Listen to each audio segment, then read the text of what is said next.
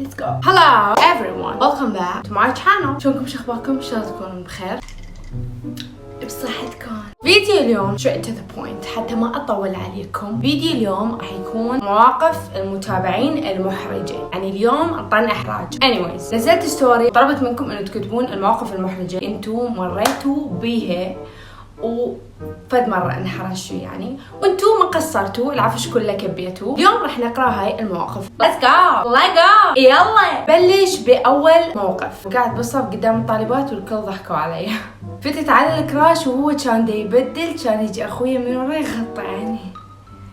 قاعدة امتحن، ورا ما كملت امتحان انا قاعد على طرف الرحلة فانكسر بيا لان البرغي راخي فتتفشلت. اللي بعد بالمشاية سحقت عبايتي وطح قدام الله وخلقه فشله بوقتها ما اسولف. مرة جاي اعبر رصيف وقدامي 3 بنات بالشتاء. اول ما عبرت الزهرة كنت مرة بالعيد ابن عمي حاط ايده بجيبه وعبالي يريد ينطيني عيدية وقلت له ما اريد مشكور. وبالاخير طلع يريد يعطيني احط التليفون. جاي امشي بالشارع وفجأة شفت الشارع فارغ هدوء كلش، فاني طلعت تليفوني وصورت نفسي واني اغني، وقعدت اغني اغنية تايلور بلانك سبيس واني دا امشي واغني. كان اكو ولد بالسيارة طلعوا راسهم وضحكوا، حرفيا تفشلت حيل وقاعد يضحكون علي ورجعوا بالسيارة ومشوا. من مشوا رجعت كملت تصوير. اعتقد هذا الموقف يقفل ملف المواقف. مرة بالدرس كنت قاعدة وجت المدرسة تقول لها ست ندرس هذا الموضوع، قلت لها ماما. مرة كنت بالمدرسة بآخر الدوام وقاعد انزل من الدرج، المدرسة كلها كانت وراي وكان اوقع واللي وراي اوقع، يعني بس تخيلوا المنظر، يعني فرشة وبالقاع صرنا مثل الدومينو وواحد يوقع ورا الثاني وانا كنت طبعا بالابتدائية مستواي متوسط، بدرس الرياضيات حاولت اصير شاطرة واسأل، فقلت لها ست انه احنا بس نخلي هاي العلامة، قالت يا علامة، قلت لها هاي، قالت قومي اشري لي عليها، رحت اشرت قالت هاي اسمها لا منتهية، وقالت اي وقعت لها صفحة. يعني المهم انحرجت وانكسر قلبي بوقتها، يعني جد حسن المدرسة بصراحة. قبل سنة هيك وقت رحت حتى اشتري ملابس للمدرسة، وجيت لابسة جينز وتوب وقميص مخليته مفتوح، تمام حبيت الستايل اوكي. دخلت محل حتى اشتري صدرية، فمرة رحت قدرتها ورجعت طلعت اقول لاختي انه ايه حلوة، رحت وانا لابسة القميص بالقلابي يعني بالمقلوبي، ما اسولف لك الفشلة. الحمد لله كان محل فارغ من الزبائن بس العمال بيه هواي، احس عادي يعني مو لدرجة تتفشلين، يعني تصير بارقى العوالي يعني عادي. مرة رحت امتحان النصف الاول وقرأت كتاب نصف عملتي زين، يعني على الاقل قارية من نفس المادة. انا مرة رحت امتحانات النهائية قارية كيمياء وعندنا امتحان فيزياء، يعني انتي بس تخيلي موقفي انا هنا. وهذا الموقف نفسه همينه صار لي برابع ابتدائي، كنت دا اقرا عربي وكان عندنا امتحان اسلامي. انتوا بس تخيلوا تخيلوا الموقف اللي انا بيه. كان تخرجي من الروضه وبدل ما احضن امي حضنت ثانيه وقلت لها تروح. طبعا تذكروني مواقف مشابهه لهاي المواقف. مره كنا بسوق وانا كنت صغيره، واكو مره لابسه لبس يشبه لبس ماما، المهم فاني تشلبت بيها وقاعد امشي، تهيألي انه هاي ماما، تشلبت بالملابس مالتها ونمشي. طبعا المحل هذا بممر طويل فاحنا نمشي بالممر نمشي ابوع علي ورا على اخواني اقول لهم يلا تعالوا بدنا نروح يعني. فاختي تقول لي انت وين رايحه؟ بعدين ارفع راسي ابوع على المره تبتسم بوجهي وليست بوالدتي يعني مو امي.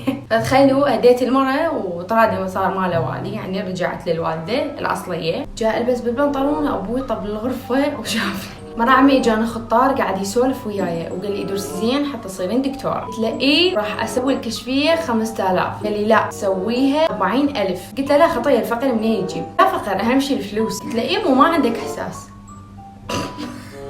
طبعا انا من كنت صغيره كنت اريد اصير طبيبه واريد بس اعالج الفقراء وبدون ما اخذ منهم فلوس، يعني شوفوا قلبش كبره. من كنت رابعه ابتدائي راجعه من المدرسه وكانت طينه ومطر وزحلقت وقعدت بالطين بس ما دمرته هواي وشافوني بعض الناس. جيد. مرة كنت بأربيل يوم قلعة أربيل وقعدت على وجهي قدام الناس كلها. والله ما اقول لك غير اتمنى تتخطي. خطيبة اخويا قالت لي بوسي لي اخوك من خده، انا دارد ابوسه من خده، هو اندار علي وبسته من حلقي عادي اخوان. وقعت من الدرج بالدوام. المشكله مو هنا، اوكي وين المشكله؟ المشكله كان اكو مشرف جاي لمدرستنا وانا سويت له تسجيل دخول. امي قعدتني من النوم وخلتني ابوجي اروح للمحل، فاشتريت وخلصت وانطيته ورقه يصرفها. قال لي يصرف الورقه 150 مو؟ قلت له ايه 147. صافن عليه. بعدين طلعت اخذت علاقة المرة اللي يمي بدال مالتي. قال لي علي هيك كان ارجع علاقة واطلع من المحل بدون اي شيء. وبعدين رجعت اخذت علاقة ونسيت الثانية ورجعت لي. امك ليش يا طلعتك؟ في مرة نمت الدرس، المدرسة تشرح وانا نمت من قوة النوم شخرت. المدرسة قالت صح نومي حلوة. مرة اني من التعب بدرس الرياضيات، طبعا درس الرياضيات كان يدرسنا مدرس، وهذا المدرس مالتنا درسه ممل واني بلش اكره الرياضيات يعني. هم فاخذت لي غفة وصديقاتي طمطموا علينا طبعا، قالوا استاذتي وجعها يعني مخطية مريضة وهاي. المهم اخذتني نومة درس كامل وما ادري ايش قد، بحيث البنات هم اجوا قعدوني يعني كانت نومه زين. قاعدين على الغداء وابوي يقول لامي الاكل ما بيه ملح. قلت له هسه هو طيب؟ قال ايه. قلت له اكل وانشب. او ماي جاد. هسه هو مو هو هذا المهم يعني، المهم وراي الحكايه شنو صار يعني. غد كمل لنا الموقف. كنت العب بالمرجوحه وقعت على ظهري، كان واقف وراي ابن عمي وامي، ومن الصدمه قلت لهم قبل ما تضحكون اختي شو تعاطين. حتى هسه احس هذا الموقف هو التوب. درستي قالت لي اجمعي اوراق الامتحان، فاني ورا ما خلصت قلت لها تفضلي تفضلي خاله. شفت غراضي مهوسه فقلت هاي يا غبيه اللي طشت الغراض هيك عبالي اختي. ففجاه سمعت امي تقول اشكر. بالسادس ابتدائي اخذت 100 بالاسلاميه، 100 بالاسلاميه. علي ما قالت متكم شنو صار؟ استغفر الله. دا اطلع برفعة العلم ودا يكرموني كان اوقع بالطين وكلها قامت تضحك. والله فجأة نسيت كل مواقف المحرجة، بس انا كلش احبك وصوتك كلش حلو وفيديوهاتك كلهن حلوين. استمري. ثانك يو سو ماتش. مرة كنت زعطوطة، كنت طالعة ويا صديقاتي بالشارع نلعب وكان اكو جهال ورجال ونسوان كل انواع البشر موجودين بالشارع، وانا لابسة بنطلون شوية بيعرض يعني يا ريتني ما كنت لابسته. فصديقتي الدوثة جدي وجرت بنطلوني بدون اي سبب، وقع بنطلوني بنص الشارع والناس شافتني. والمشكله مو هنا، المشكله صح انحرجت، بس كل شيء ما سويته صديقتي لا حكيت عليه لا ضربته، حرفيا مستحيل خط.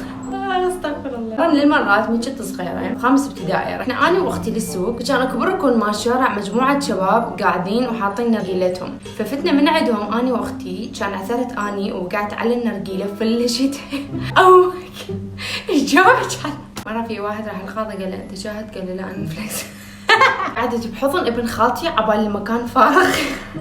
شلون؟ لهنا انا ونوصل الى نهاية هذا الفيديو ونكتفي بالمواقف المحرجة، لان مثل ما تشوفون الوضع اللي احنا بيه ما يسمح نكمل الفيديو. ان شاء الله استمتعتوا بهذا الفيديو وضحكتوا وتونستوا وانتم تسمعون هالمواقف المحرجة، لان انا شخصيا ضحكت وتونست بصراحة يعني. الله يسعدكم لان ضحكتوني. اتمنى تتخطون يعني المواقف اللي انتم كتبتوها، مع ان هو مبين الطريقة اللي كتبتوا بها المواقف بالتفاصيل مبين انتم ما متخطين المواقف.